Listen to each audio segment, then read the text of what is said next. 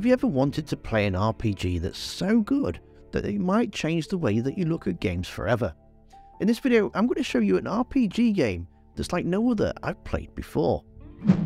And yes, it's a text-based RPG, but before you think, oh no, text-based. Oh no. Hear me out.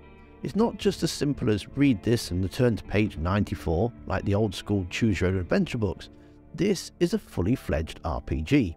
Yes, there's no fancy moving graphics, but you do get little bits of a page, sort of thing to show you roughly where you are.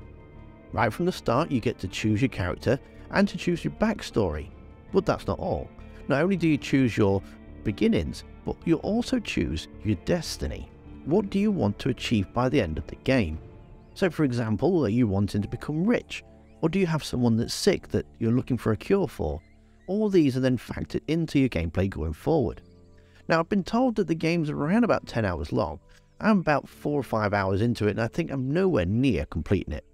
The main aim of the story is that you have around about 30 to 40 days depending on your difficulty, and you need to check out the land that's just north of the main city. You are a Roadwarden, and it's your job to make sure that the area is safe for travellers, and so that little settlements within the area can trade and know that the area is safe from monsters and bandits. The world kind of reminds me a bit like The Witcher, where you've got bandits, monsters and strange occurrences that can stop you at any point, and you've got a map that you're free to choose whichever direction you want to go in. The routes are treacherous, so use your maps. I lost my map. You haven't been issued a map yet. As you speak to people along the journey, they'll give you hints and tips about which is the safest route to go and which ones have settlements. They can also give you advice about what to say to the leader of these settlements. But then again, it's not as simple as just you asking them a question and they tell you the answer. When you first meet somebody, you can have the choice of being friendly or hostile, guarded, funny.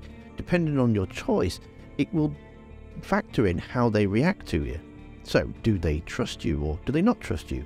And do they give you that information that could save your life or make things more difficult? In true RPG fashion, you've got to manage your armour. Too weak and you're going to take damage in combat. Other things such as your appearance. If you don't wash for a few days, you're going to start to stink. And then, is anybody really want to speak to you? So the man cleaning the toilets is also preparing the meals? I wash my hands most of the time.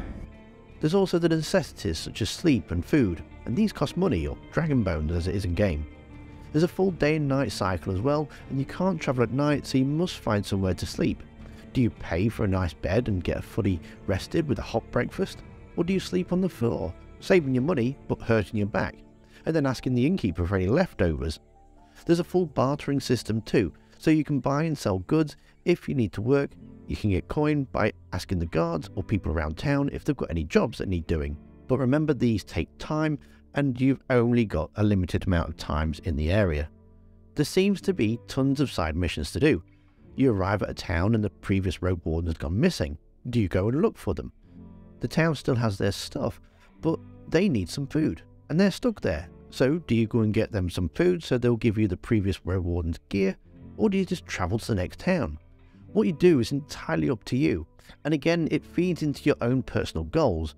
In this playthrough I've decided to be a mage, so every time I sleep I regenerate some of the mana. Mana is the stuff that's used to make spells, but on the flip side that also means that I'm not very great when it comes to hand-to-hand combat. I do have an axe and still can attack, but these kind of options are based on dice rolls, and my bonus is that I can scare away enemies by sending up magical flares and avoiding fights altogether. Ah, damn it! What the hell?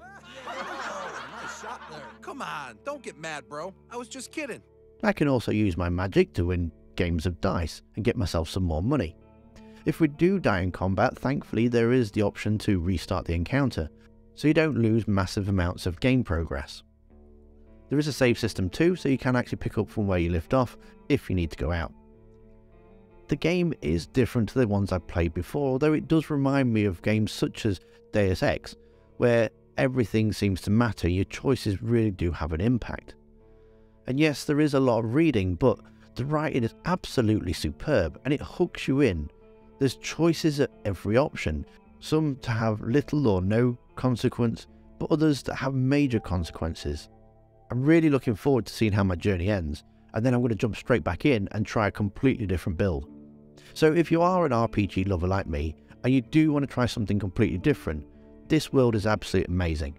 Numerous amounts of choices, absolutely spot on writing, and definitely worth a go. If you do like this style of game, or you've ever wanted to try Dungeons and Dragons before but didn't quite know how to start, try the single player version. Video's on screen now so you can have a look to see if it is something that you'd like. Thanks for watching, and I'll see you next time.